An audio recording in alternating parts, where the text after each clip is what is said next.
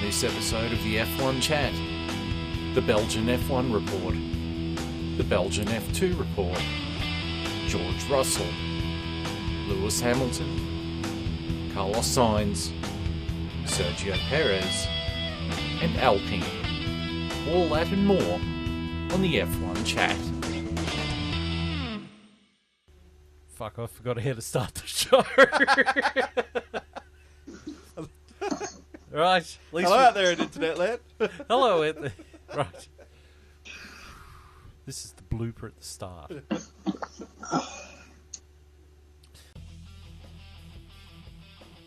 Hello there in Internetland. This is episode 15 of the 2024 season of the F1 Chat. I'm your host, Phil Lamington. Seated to my right is the returning Longhorn. How are you, my friend? I'm great. Feels good to be in the studio this week. Yeah, back in Pipebomb Studios. Back at home. It's good. I'm enjoying it. And joining us via satellite is JB, is very happy man. JB, how are you? Yeah, I'm good. I'm good, boys. I'm extremely happy, man. At least I will be in about 5 days. But so far, so good, boys. Right. So we, on the weekend, we got to watch the Belgian F1. And Yes. it was quite the race, eh? Good race. I It thought. was a good race. It felt like a race. I think we said this a couple of years ago about another race. It felt like a race from the 90s, where anyone could have taken it. Yeah. Anyone could have. And it wasn't that weather affected either. Like, usually to get a good race at Spa, it needs rain, but it was a decent race in its own right.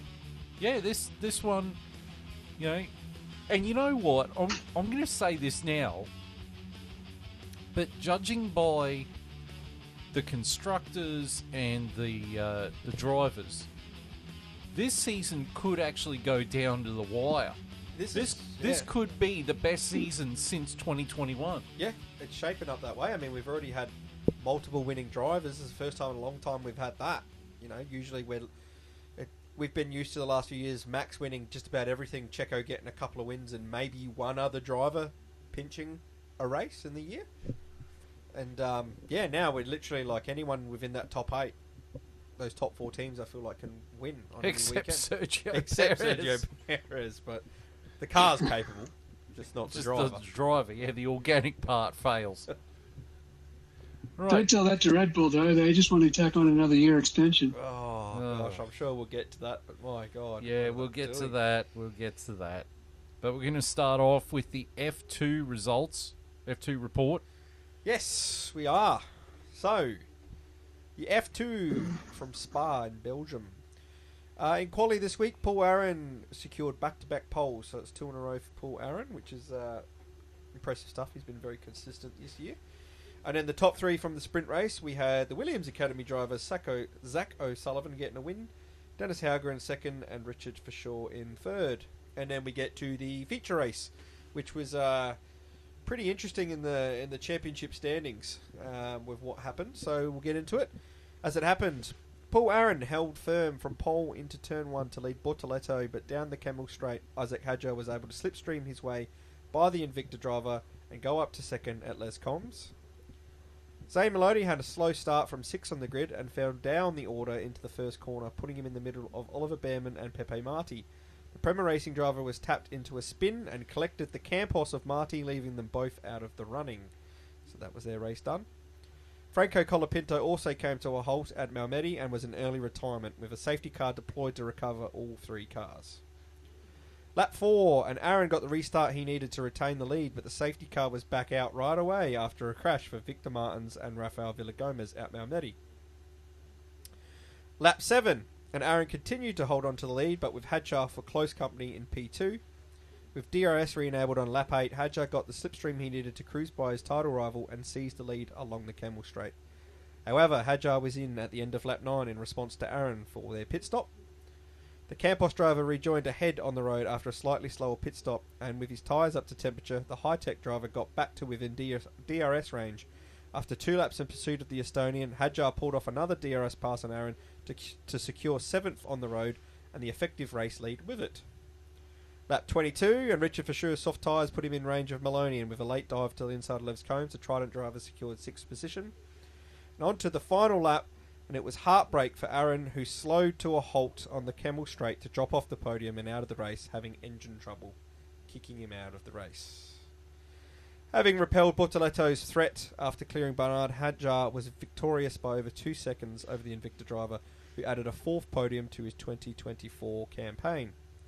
Crawford inherited 3rd on the podium in the Dams, and Zach O'Sullivan secured 4th place for ART.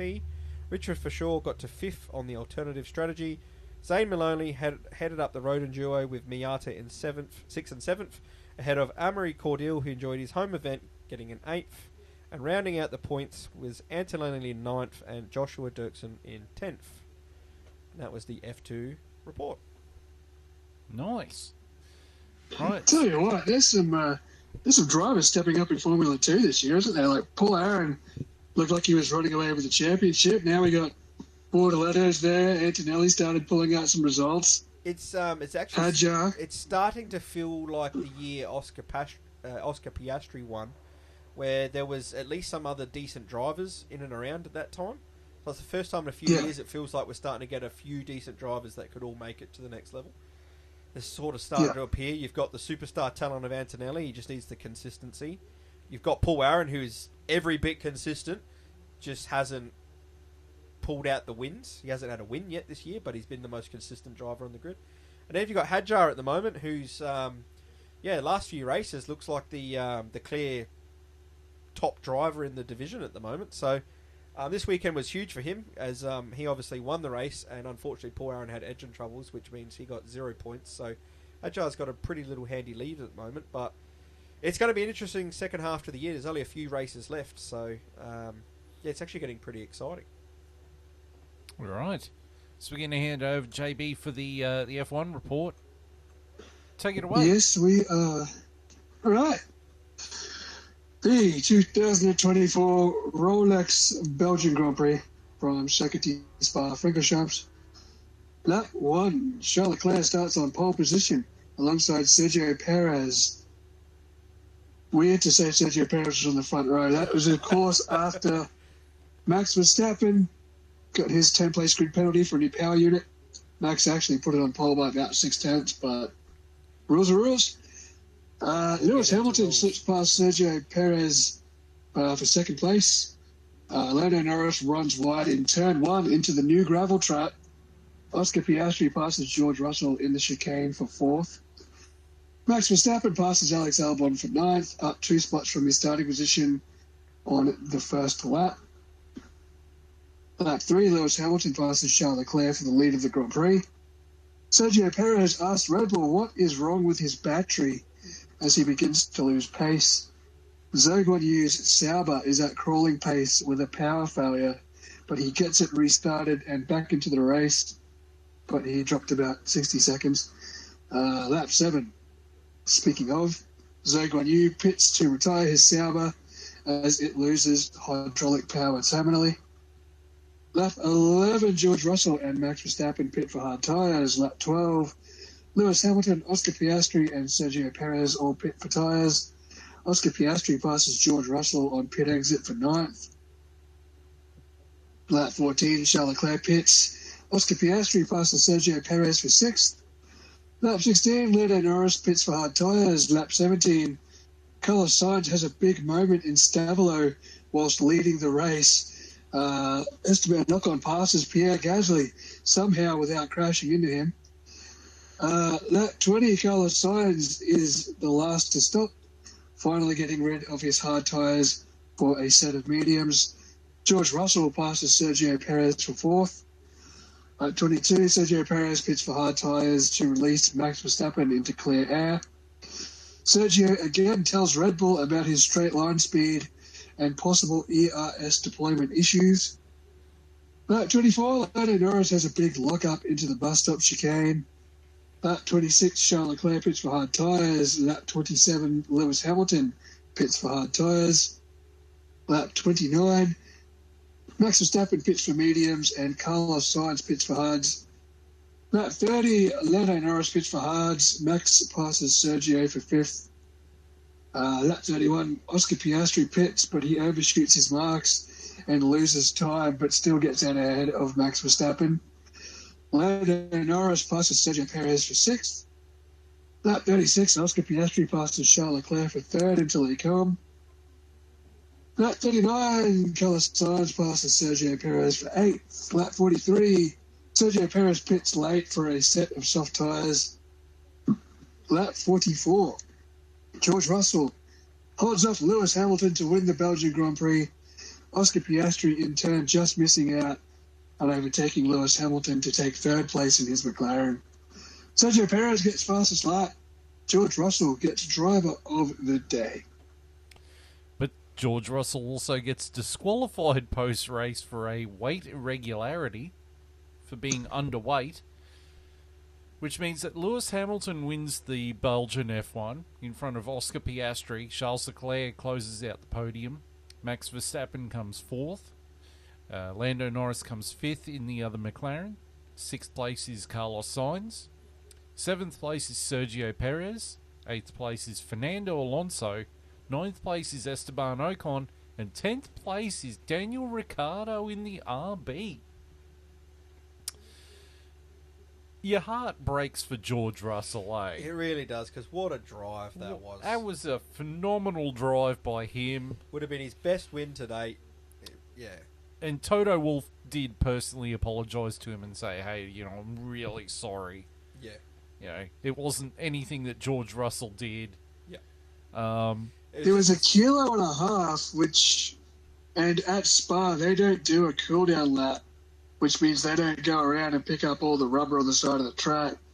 And you wonder how much rubber he could have picked up to how close he would have got to that 1.5 kilo limit. Because a lot of people are saying if he'd done a cool-down lap, he might have been legal. So I guess we'll never know, but interesting. Yeah.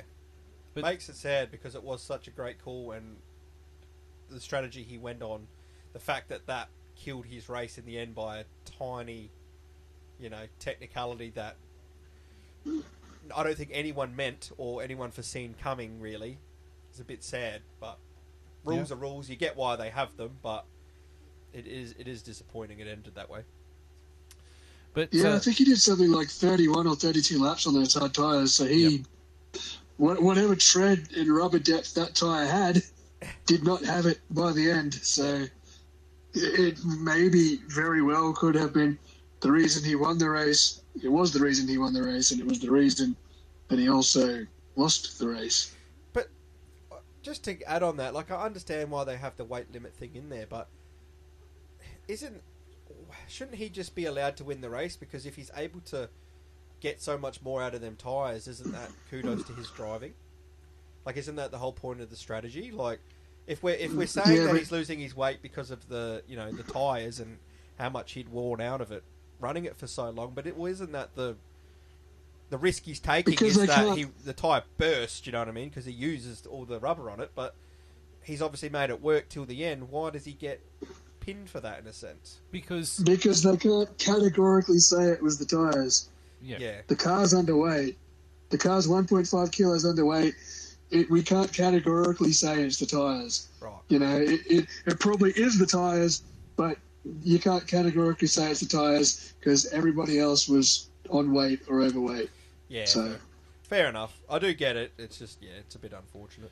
And add to that, I mean, that 1.5 kilo that he was underweight, if he had had that, Lewis Hamilton would have had him probably 2 laps before.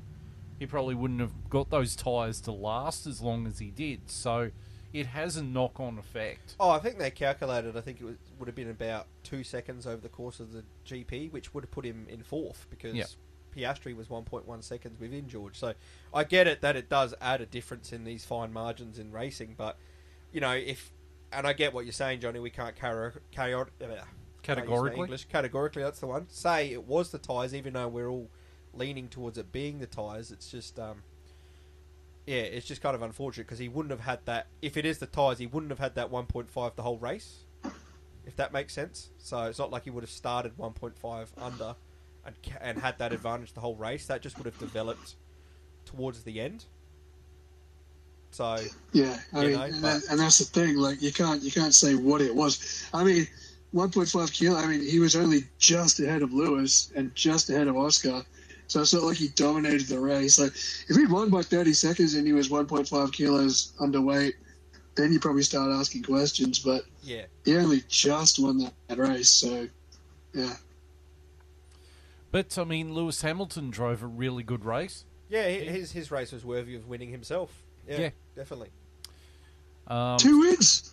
2 wins in 4 races, Lewis Hamilton. Yeah, he's back. And he's the only driver besides Max Verstappen this year to win more than one race. Wow.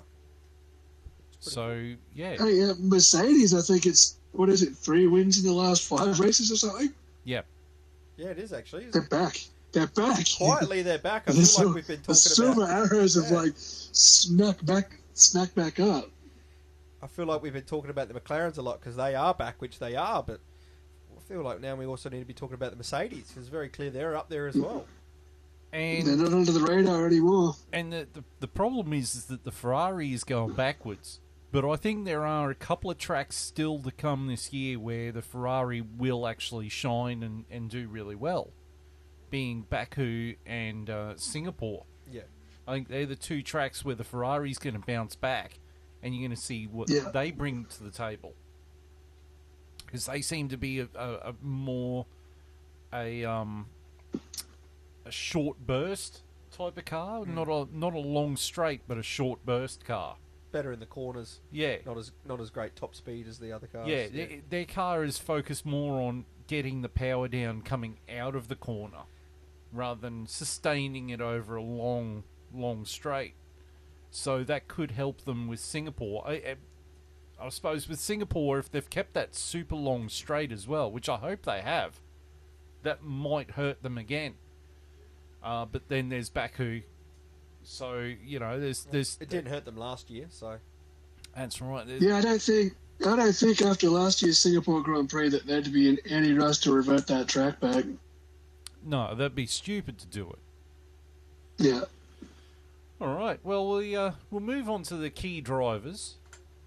So my first key driver is Oscar Piastri. Like he is just punching. He's not punching above his weight. He is punching in his weight class now. Yeah, which is right up there with the best of them. And you know what sort of sucks? He was only, half a second. He would have caught Lewis Hamilton on the next lap. Yep. Yeah. And had he caught Lewis Hamilton on the next lap, would have been promoted to the win. Yep. Had he caught him. Well, so I think over the race he lost a second on his pit stop because he didn't hit his marks correctly coming in. No, he hit the Jackman. Yeah, he almost instead. took the Jackman out. He tried to murder the Jackman instead. It was the Lotus Jackman. Yeah. Hugh. Not quite as bad. Hugh Jackman. Lotus Jackman's still immortal. There's 206 bones in the human body. 207 when I watch Gossip Girl, all right?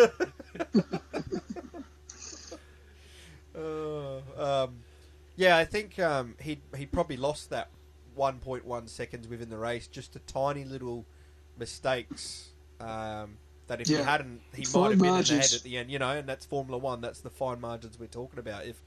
If Oscar could just eliminate these little, he's had a couple in the last few races, he went in the gravel in Hungary.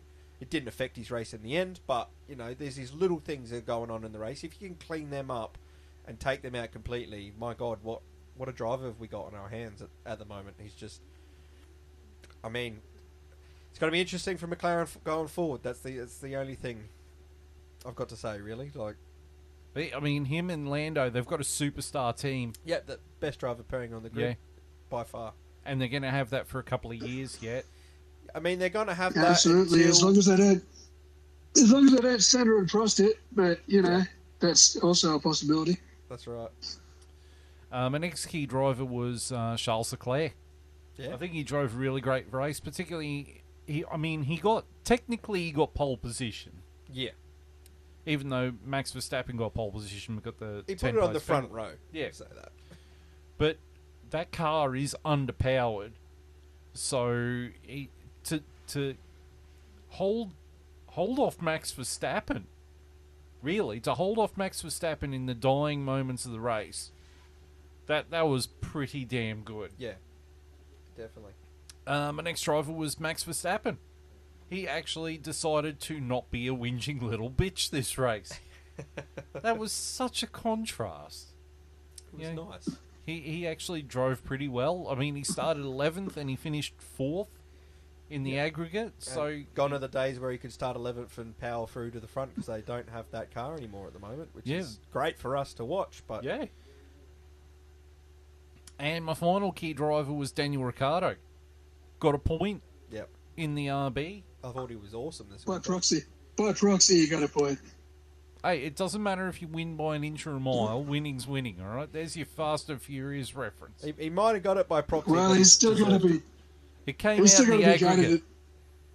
He's still going to be gutted that Sergio's still got his seat, though. Despite that. Yeah. I think we all are, aren't we? Right. So we're going to move on to We'll get to it. the helmet drivers now. This is the PK kick again. Comes up on our screen. Yep. All right, the first driver, and you're going to sit there and say, why? Why? But I've put Alex Albon on this list. I'm going to say straight up, why? Why, my boy? Well, he started 10th, and he finished 15th. He finished 12th. Did he? Yep. Oh, I thought he finished 15th. Bottas finished 15th. Oh, shit. Okay, right. Revoked. Well, Revoked. I had to put Revoked. someone on the list. I can't keep putting the window liquor on there for no reason. Because the window can. liquor finished 11th. So, yeah. Hey, hang on. Didn't Stroll crash in, like, practice or something? Yeah, FP2. Oh, put him back on the in list the rain. then. In the rain, yeah. In the he rain. could be in there. He's in In there. the rain. Yeah. It's like that guy, what's he, the guy we've been watching lately, Rapid, Rocket Rocket-Powered Mohawk. Yeah. Go check him out, listeners. He's like, he He's good. got pole position in Turkey. Your mom could get pole position in Turkey. I just love the montage he has on there where he's trying to basically prove everyone wrong, saying that he's so good in the wet. And there's a clip of him where his engineer's saying, "Are these tyres okay?" And he's like, "Yep, these tyres are good." Then he goes straight off the corner, turns the corner, and goes straight into the barrier. Exhibit LMNOP. Yeah. Okay, so we'll swap out Albon and we'll put Stroll in there. Done deal. Because Fair he's a trade. window licker. The next one is he's become alumni on this. Sergio Perez. Yeah. I mean, he started second and he finished 7th. He finished 8th. You know, he finished 8th. He got a proxy 7th, and Yeah. I feel like that's helping him when it shouldn't, because at the end of the day, he was the slowest of the top 4 teams. I mean, yet he again. was complaining of battery problems, but I think Red Bull are complaining about Perez problems. So, you know, it's Unless they got the setup wrong, completely wrong this weekend, because he was just falling. Like, yeah, he did say he was having battery deployment issues, but retire the car. yeah, that's it. If it's You affecting know. you that much. But the final one is not a driver. Unfortunately, I've put the Mercedes team for what happened to George Russell being underweight by 1.5 kilo. I put Mercedes team. I feel like that's a harsh one for them. Yeah, but I mean, it cost them a win. Yeah. At least they've taken it on the chin. They haven't whinged about it. I'll say that much to Yeah, them. it's true. It's true. Wait, who do you reckon, JB? It's hard to go past Sergio Perez when you start second and you finish 8th and your teammate starts 11th and finishes 5th. That tells you all you need to know. Yep. Yeah, battery deployment issues aside, it was a bit of a clunker, you know. He could have had an anchor tied to that car, and it still wouldn't have been good enough. Yeah. Doing what he did. All right, moving on. Before we get to the news items, Ferrari, by scoring points in that race, have hit 10,000 championship points in the history of F1. That would be the Woo! most. So, well done to Ferrari. in the photo that they've got up, they've got Alan Prost in there. Like, they're proud to have Prost after he got sacked by the team for calling the car a truck. Like, you know, yeah, okay, all right, we'll pay that, you know. But you know, they've got the Michael right front and center where he belongs. And they've got Fernando Alonso. You've got Sebastian Vettel. Then on the next row is Felipe Massa, Kimi Raikkonen, Charles Leclerc, and Carlos Sainz. The next row down is, I think it's Clay Regazzoni, Rubens Barrichello, and Niki Lauda. The next line down, I don't know who that person is, and Eddie Irvine and Alain Prost. And then on the bottom row is Gilles Villeneuve, I think it's Phil Hill, and Jean Lacey. So it's a very nice photo. Nicely done. Nicely done, Ferrari. And the next thing is Pierre Gasly did his moment of going to the corner where Anton Hubert crashed and placing some flowers there. So I've got a montage photo of that there. This year he had to do it in the rain, but I don't think he gave two shits if it was raining, snowing, or sunny. So, you know, good on Pierre for doing that. Yeah. So. Yeah. Right. Moving on to the news. The news. So we're not going to cover that Esteban Ocon's signed with Haas because we covered that last week, and I think that's bloody idiotic, but, you know. So it was announced on Friday, the day after we recorded the episode, that Bruno Famin is leaving Alpine and is going back to Renault's car division to work on their road car engines. So he announced on Friday he was leaving at the end of August, and they announced. Well, that would mean he's out of Formula One entirely because Renault's ditching. Isn't Alpine ditching Renault as an engine supplier? That's the rumor, but there's nothing confirmed yet. Well, there's smoke, there's fire usually, but okay. Yeah. But then while I was in the hospital last night, they announced that Oliver Oakes is the new Alpine team principal. You're probably going, who the hell is Oliver Oakes? He is the team principal at High Tech in F2 and F3. Right. So he is now the new team boss at Alpine. He's only 36 years old, which means he's going to be the youngest team principal on the grid. Good on him. Yeah. I hope he takes no shit from Toto Wolff whatsoever. Yeah, that's it. So, yeah, good luck to Oliver. Another boss change at Alpine. He manages an F2 and an F3 team, so he's got good people skills, which seems to be more than you can say about Bruno Famin. So, yeah, you know, one positive step. He's got his work cut out for him, though. I'll say that much. Yeah. So that's not a position I'd want to be in at the moment, Alpine team principal, going forward, because, yeah, they've got a challenge amongst them. Speaking of challenges amongst them, Carlos Sainz has finally signed with a team. He is signed with Williams on a multi-year contract. So get in there! Get in there, Lewis. Get in there, Lewis. That's awesome. What a That is a win-win situation. Yep. Well, you kind of got to weigh up his options. Like, I mean, he could sit around and wait for Red Bull to decide if they're going to ditch Sergio Perez, which keeps seeming like they're not going to. Alpine management keeps changing every couple of months, and their cars, and you're not even sure if they're going to still have the same engine supplier. Audi just ditched Andreas Seidel for Matteo Binotto, and their Sauber car is just a steaming turd at the moment. And Mercedes are sitting there playing tiddlywinks if they're going to sign Kimi Antonelli. So he's gone with, Williams seem to be on the up and up. So he signed with something that he firmly believes in, and he gets the partner Alex Albon. So, I mean, they're going to be a really... I think the biggest thing is Williams wanted Carlos Sainz, while everyone else, Carlos Sainz was an option. Yeah. So I think Carlos has just placed his bets where the safest spot that makes the most sense is, and Williams was it. And I'm stoked that he's gone to Williams. I think that's the best option for him and for Williams.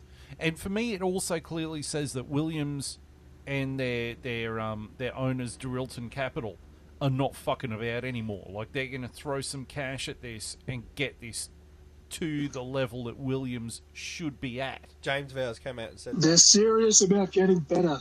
Yep. They're serious about improving. They're not going to make up the numbers. Yeah, James Vowers came out and said after this and said that the board we are investing in getting this team back into podiums and fighting for race wins. That is the goal. That's where they're going. So it's pretty exciting because I think James Vowers is a great team principal. And I think he's steering us in the right direction. And this move is exactly what we need to be steered into the right direction. And it shows, how much they're doing behind the scenes. Because Carlos would have seen what's going on. He would have, heard from James, spoke to James. So for him joining tells me that he's seeing something in what's going on behind the scenes that's exciting. So it gives me a lot of hope that I haven't had for a very long time. Because we've been throwing out drivers like King Latifi and Logan Sargent and just sort of putting in the lap saying we wanted to get better and, running Excel spreadsheets to fucking do all our parts. And it finally starting to feel like, hang on, now we're coming to be a serious F1 team like Williams was back in the day. And it's starting to feel like we might actually be heading for podiums and race wins the way it's going, not just it being this false dream you got in your head hoping happens. So exciting times. The only thing missing from Williams now is Canon camera sponsorship. Yeah. Maybe some Rothmans. Wouldn't that be cool to come back? Have that livery back. Definitely. But I think that's a great getting him, and they've got Pat Fry as their technical advisor guy. James Vowles seems to be pushing things on the up and up, and Dorilton Capital, like, let's throw money at it. Let's get the team back up where it is. I think next year they're running a good shot at pushing the top 5. I agree. I reckon they got a good shot at being ahead of the mid-pack next year. Yeah. As I've said for ages, man, I want the Holy Trinity back. I want McLaren, Ferrari, and Williams fighting for wins and podiums again. Yeah. Oh, that'd make our podcast so much more fun every week if that was what was going on. Not saying it's not fun now. No. Not saying it's not fun now. Rocking in our polo shirts as our boys are up there on the podium, 1, 2, 3, in whatever order. That'd be fucking sick. Don't you fuckers say anything about Lewis Hamilton, though. He's gonna win that world championship, and there's nothing you can do about it, Phil. As Lewis wins his 8th world title by a point from Oscar Piastri. We're all sad. Carlos comes 3rd. Everything's split by like 3 points at the end. Michael Massey gets brought back for the final race. Lewis Hamilton just sitting there going, is a still-in driver for the final race. Not this shit again! Don't you screw me this time, Massey! Lewis, it's a motor race. Right. So the next news item is they've decided to keep Sergio Perez at Red Bull. Why? Mate, I don't know anymore. Particularly seeing at the end of Spa, you've got Lauren Meckies, who's the team principal at RB, Christian Horner, the team principal at Red Bull, and Daniel Ricciardo all shaking hands and being happy and shit. And then the chopper ride home, Ricciardo is riding on the chopper with Verstappen, and they're all happy and stuff. And then this announcement comes out. Apparently even Max Verstappen's like, you gotta be joking. Yeah, right. They're like, what the hell? I mean, everything was pushing towards what we were hoping for, which was Ricciardo getting the rest of the year in that Red Bull, Sergio Perez basically, I don't know, either going back to RB or being out, and Liam Lawson coming in. to me, that's the perfect scenario. You get to see what the whole point of bringing Daniel was about for. It serves a purpose for you there, and you hopefully get more performance out of Daniel than you do Sergio, because you're not getting any out of Sergio. You get Liam Lawson in the seat, which they have to give him one by September, I believe it is, because if they do not, they have to let him go to see another option. And I don't think they want to do that, because the whole point of RB is to bring through their junior talent. So I'm kind of confused what this move does for them. It's, you know, I'm all for backing your drivers, but Red Bull's never been about that. So why now, all of a sudden? Why with Sergio when we've got a clear pathway going on behind the scenes that you need to explore? You've got a young driver, you've got Daniel Ricciardo you want to test. Why are we still holding them up for Sergio Perez, who hasn't done anything since 2021 defense on Lewis Hamilton that helped Max Verstappen win that race? I think it'll cost them too much. I agree. Or what, to do that move? To bin off Perez, it would cost them a small fortune. Yeah, it has to be a money thing. It must be to do with the sponsorship they get. They're going to lose the constructors because of Sergio. And they got no one to blame but themselves for keeping him on.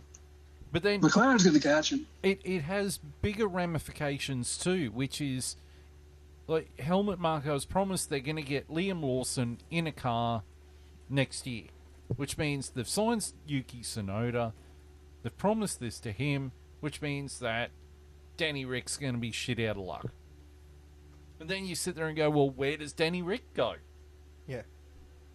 You know, it almost feels like he's the one who falls out of a seat, which 6 months ago, or the start of this year, I would have understood. But where we are now, I actually feel like Daniel's the one that's deserving to be given a shot somewhere, not Sergio. Like, to me, Sergio's the one that deserves to be out of a seat.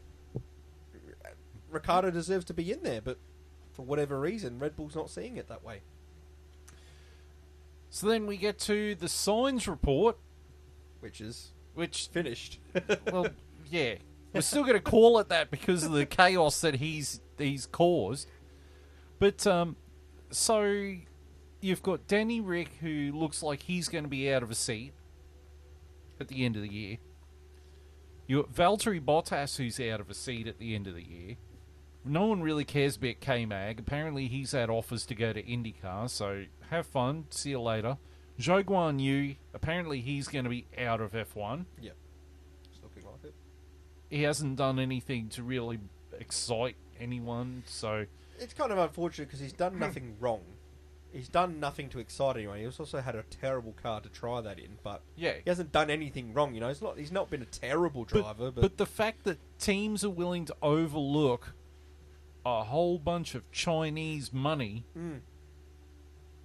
to get someone else, that's not helping his cause by much.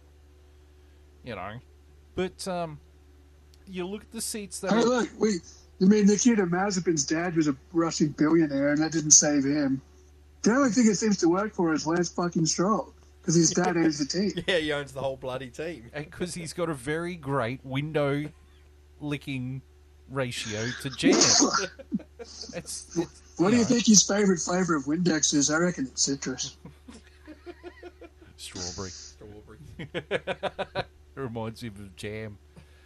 But, so there's rumours going around now that because Carlos Sainz is signed with Williams, that Audi are going to sign Valtteri Bottas. They're going to stick with Valtteri. I'm not upset with that. I think that's a good move. I mean, Valtteri's the experienced hands that they wanted, that Carlos Sainz would have been. Well, I mean, what were their choices, Valtteri or Danny Rick? That's their options. Yeah. Danny Rick wouldn't have been bad, but Danny Rick would have wanted money too. They probably got Valtteri cheaper. Yeah, but they haven't signed him yet. Because apparently Andreas Seidel did not want Valtteri Bottas. He didn't like him, didn't think he was any good.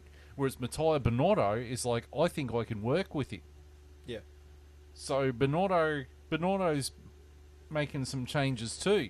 I'm surprised do you think they almost tried to get Matteo Binotto in a last-ditch effort to convince Carlos Sainz to come I over? think so. I I thought that's why Andreas Sauter was there, because they worked together at McLaren. Yeah, yeah. And they got on very well. But, so you still got the seat at Mercedes, which is all up in the air. You've got the seat at Alpine, which some people are saying it's Who the Jack fuck Doohan. wants that seat? So, you know, It's got to be Jack. No, I don't think an established driver wants to go to Alpine right now. yeah, I mean, for me, I think it's down to Jack Doohan and Mick Schumacher still. Apparently, Mick Schumacher did better than Jack Doohan in a test, but using an older car. But I don't know, man. I think Jack Doohan is the way to go. As much as I want to see Schumacher back on the grid, I just don't think that he's the right fit for that team.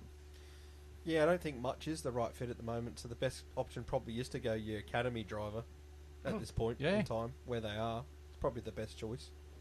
Yeah, it's, but that means that Danny Rick is going to drop off the grid then. That's a lot of drivers that we've been used to for a long time suddenly disappearing. Yeah. Isn't it, in 1 year? That's a big change. And it still highlights that there's a lot of shit drivers that are on the grid. Yeah, because some of the ones that we're getting rid of I would retain over some that are still left. Yeah, like Ocon. I can't fathom it. I can't wrap my noggin around it. He's displayed how much of a poor teammate is, and you've got this young rookie driver that you want to develop, and so you put them to, like, what are you doing? Who picked that chemistry?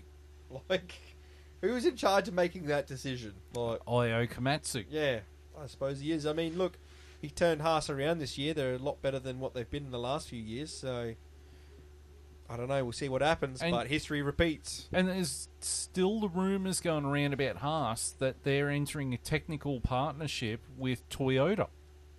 That would be pretty cool. But not getting engines. They're still going to get Ferrari power units and that. But they're going to have access to Toyota's shitbox wind tunnel in Cologne, Germany. Because we know how well that works, don't we, JB?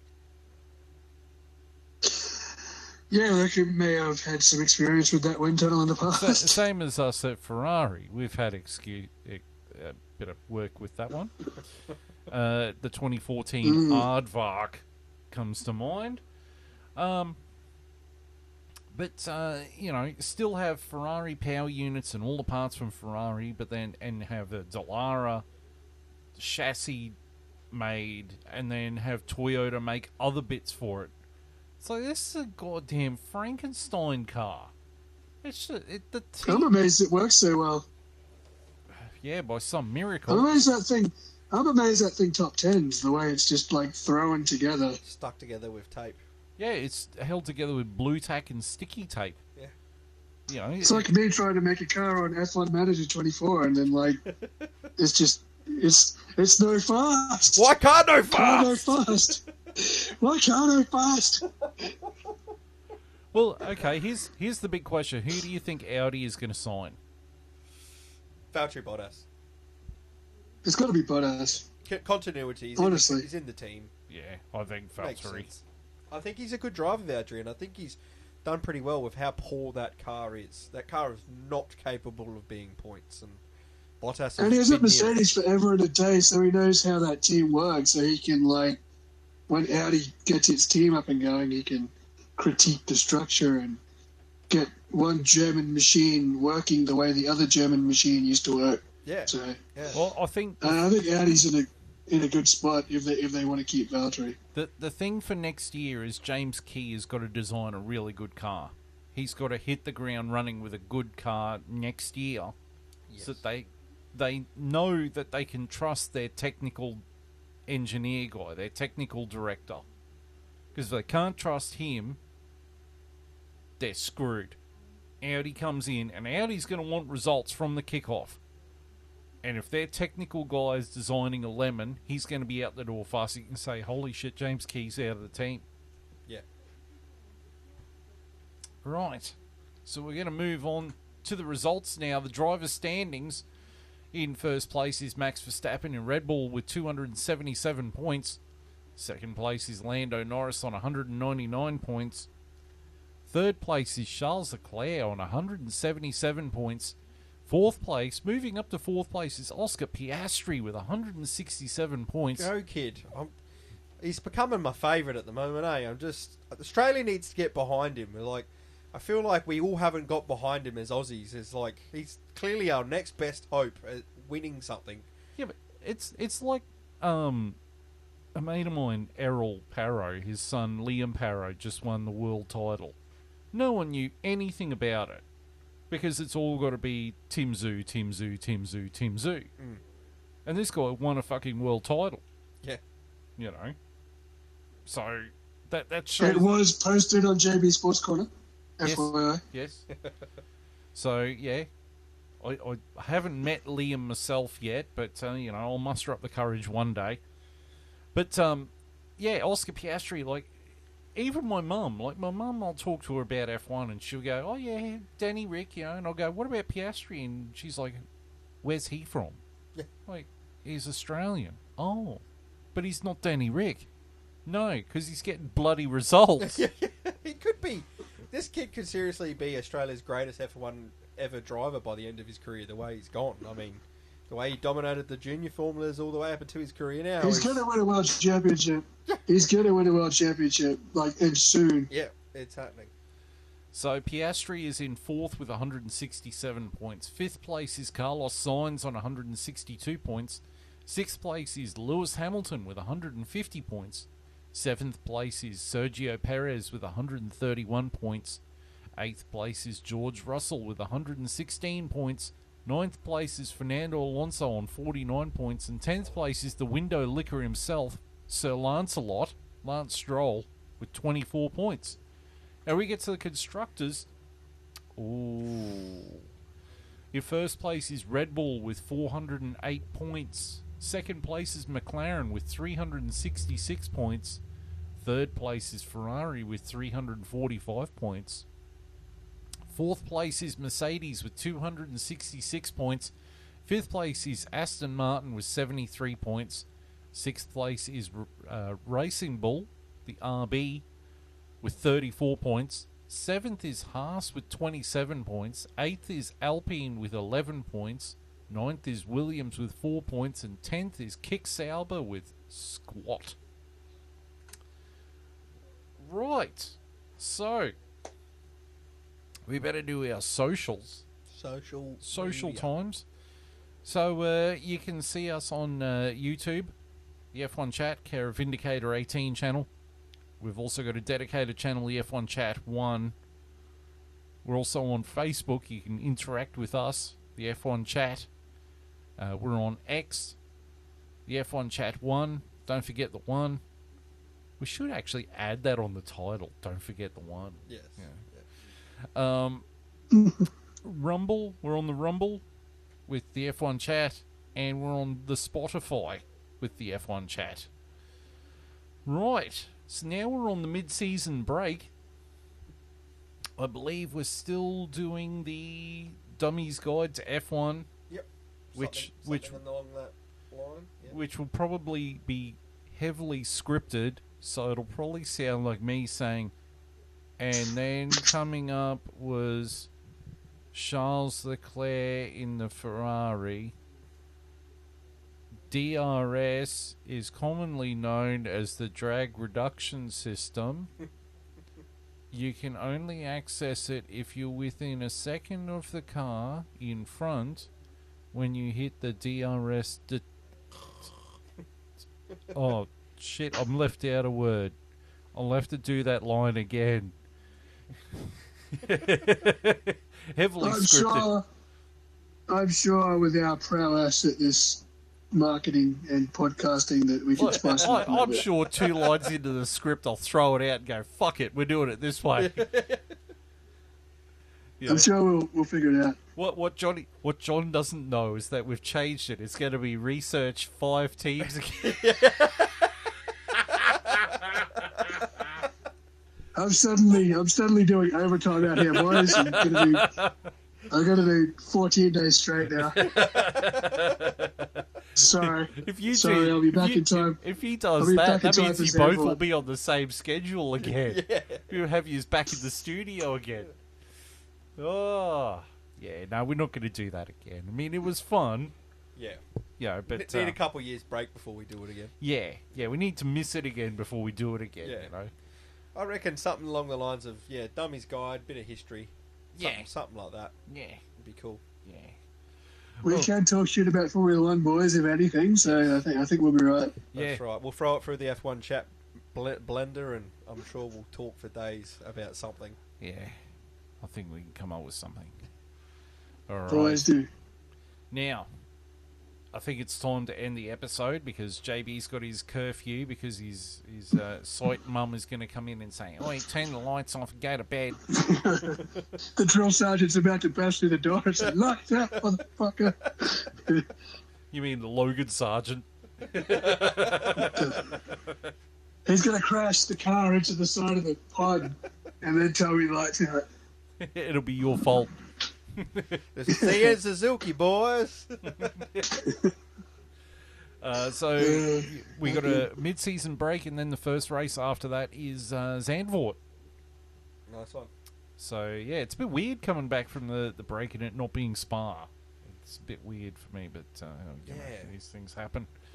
Yeah, it's going to be different because I always got excited coming back and it being Spa. It was like, here we go. The tracks we want to see are here. We've had the break, we're in it, but Who knows? We might watch a retro race to get us in the mood before we do the episode. Anyway, just to annoy JB. You know. We could definitely do that, depending on which one of us is here. well, we should be able to figure it out.